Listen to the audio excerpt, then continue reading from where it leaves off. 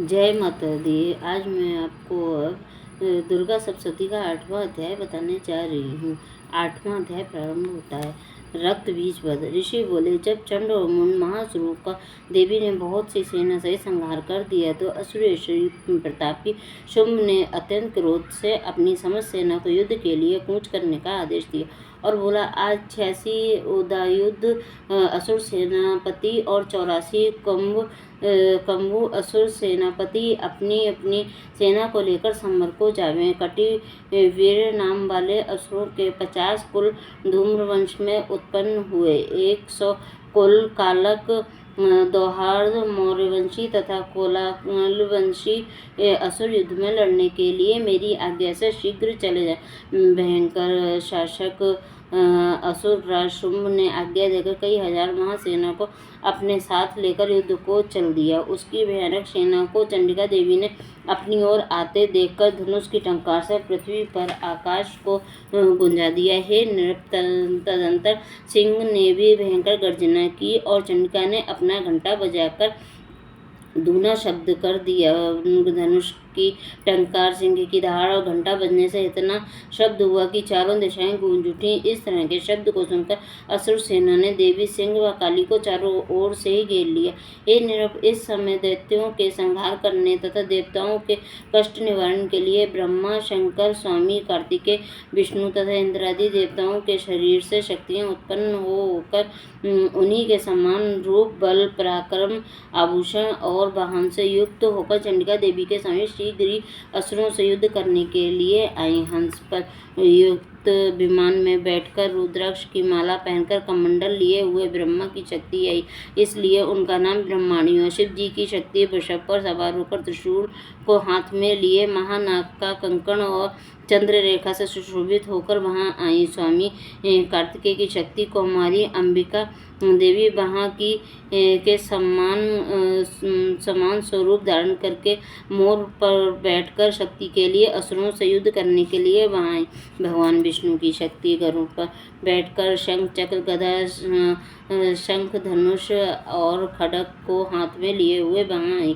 यक्ष बराह की बराही सुंदर शरीर को धारण किए हुए वहां आई। नरसिंह भगवान की नरसिंगी शक्ति उसके समान शरीर धारण किए हुए वहां आई, जिसके गर्दन के केश हिलने से आकाश से सब तारागण हिलने लगे थे। वज्र को लिए सहस्त्र नेत्रों वाली इंद्र की इंद्रिय शक्ति ऐरावत पर सवार होकर वहां आई। फिर भी देवी शक्तियों सहित चंडिका देवी से महादेवी ने कहा कि मेरी प्रसन्नता के लिए तुम इन असुरों का विनाश करो। तत्पश्चात देवी के शरीर के अत्यंत उग्र स्वरूप धारण किए हुए चंडिका शक्ति प्रकट हुई, जिसकी चिक्कार सैकड़ों गीदड़ों के समान थी। उस अपराजिता देवी ने धूम्रवर्ण जटा वाले शंकर जी से कहा, हे भगवान, आप मेरे दूत बनकर अत्यंत गर्वीले शुंभ, निशुंभ तथा अन्य असुरों को जो युद्ध करने के लिए वहां उपस्थित हैं, उनसे जाकर कहना कि हे असुरों, यदि तुम जीवित रहना चाहते हो तो पाताल लोक में चले जाओ। त्रिलोक का राज्य इंद्र को दे दो और देवगणों को यज्ञ के भाग का उपभोग करने दो।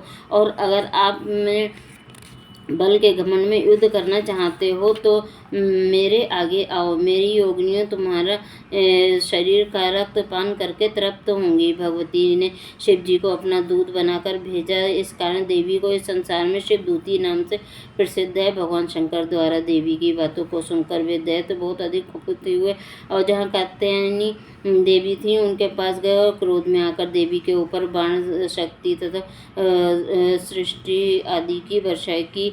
असुरों द्वारा चलाए गए बाण, शूल, शक्ति, फरसा को देवी ने अपने बाणों से खंड खंड कर दिया। वह काली देवी शत्रुओं को अपने त्रिशूल से विदीर्ण करते हुए अपने खड्ग बाण से कुचलने लगी। ब्रह्माणी देवी जहाँ जहाँ जाती वहाँ वहाँ अपने कमंडल से उन असुरों पर जल छिड़ककर उनके बल, वीरता, पराक्रम को नष्ट कर देती। इसी भांति महेश्वरी देवी ने अत्यंत कुपित और त्रिशूल से, वैष्णवी देवी ने चक्र से और कुमारी देवी ने शक्ति से शत्रुओं का विनाश कर दिया। इंद्री देवी के वज्र प्रहार से सैकड़ों असुर कट कर पृथ्वी पर गिर पड़े तथा उनके शरीर से रक्त बहने लगा।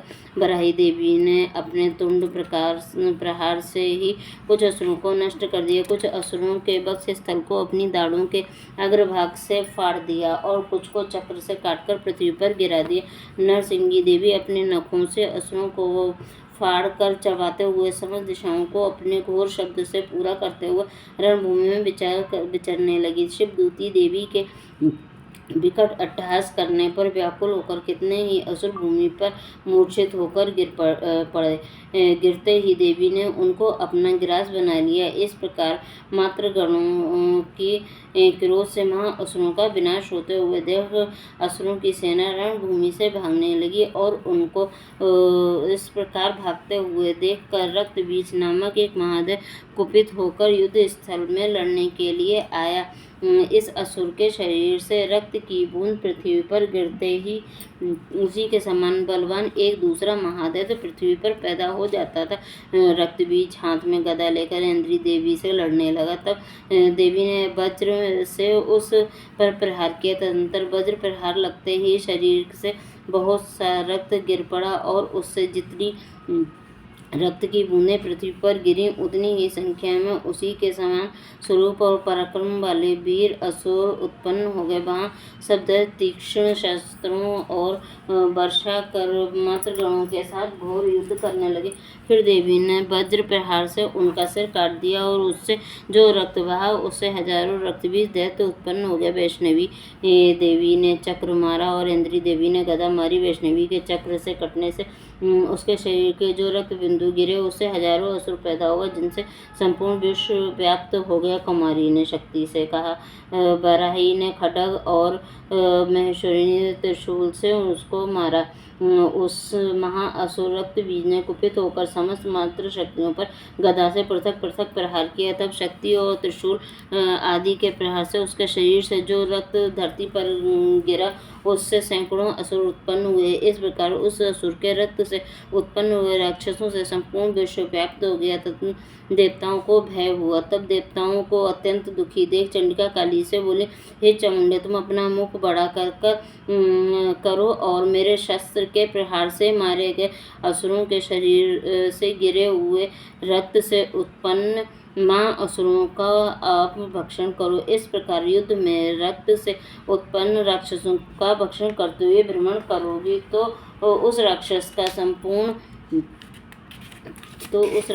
संपूर्ण रक्त नष्ट हो जाएगा और इस प्रकार आप उन राक्षसों को भक्षण कर लोगी तो अन्य राक्षस उत्पन्न नहीं हो सकेंगे। इस प्रकार काली को समझाकर देवी के रक्त बीज पर त्रिशूल से प्रहार किया और तत्काल रक्त बीज के रक्त को काली ने अपने मुख से पी लिया। उसी समय चंडिका पर रक्त बीज ने गदा से प्रहार किया, परंतु देवी के ऊपर उस गदा के मारने से कुछ भी असर नहीं हुआ और उस घायल दैत्य के शरीर से रक्त गिरने लगा। उस रक्त को चामुंडा ने पीना प्रारंभ कर दिया तथा उससे मुख में असुर उत्पन्न होने लगे और उन राक्षसों को चामुंडा खा जाती थी तथा उनका रक्त पी जाती थी।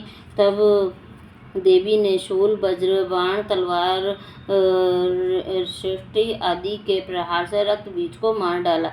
हे नृप, इस प्रकार से शस्त्रों से के प्रहार से घायल और रक्त रहित होकर रक्त बीज पृथ्वी पर गिर पड़ा। हे राजन, उस रक्त बीज के पृथ्वी पर गिरते ही देवता अत्यंत प्रसन्न हुए और मात्र शक्तियाँ उन महादैत्यों का रक्त पी पी कर मदोन्मत्त होकर नृत्य करने लगे। इति श्री मार्कंड पुराण देवी महात्म्य में रक्त बीजवध नामक 8वां अध्याय समाप्त होता है। जय शेरोवाली माता की जय, जगत जननी जगदम्बे माता की जय।